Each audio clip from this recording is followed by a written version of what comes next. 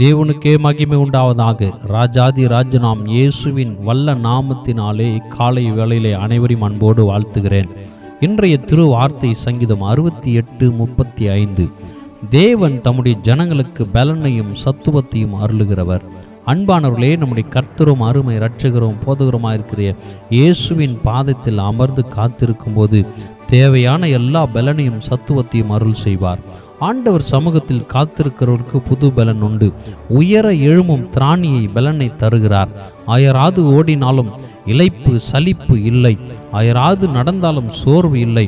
ஆண்டவரை சார்ந்து அவர் சமூகத்தை நித்தமும் தேடுகிறவர்கள், அவர் சமூகத்தில் பாதத்தில் காத்து கடக்கிறவர்கள் வேலை செய்வதற்கான பலனையும் சத்துவத்தையும் அருள் செய்கிறவராக இருக்கிறார். ஆவி ஆத்துமா சரீரத்தில் பலன் இல்லாமல் சத்துவம் இல்லாமல் தவிக்கிறாயா? சோர்ந்து போனாயோ? இனி எப்படி வாழ்வேனோ என்று நினைக்கிறாயோ?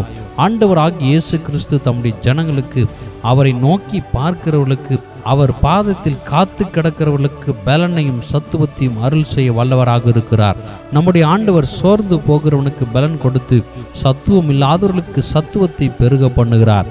இந்நாளில் இயேசுவின் உயிர்த்தெழுந்த வல்லமையுள்ள நாமத்தினாலே, அவரின் திருப்புண்ணிய இரத்தத்தினாலே அனைவருக்கும் இக்காலை வேளையிலே சுகம், பலன், ஆரோக்கியம் வருவதாக. உயிர்ப்பிப்பீராக. பலனையும் சத்துவத்தையும் பெருக செய்வீராக. இக்காலை வேளையிலே பலனையும் சத்துவத்தையும் அருள் செய்வீராக. ஆமேன்.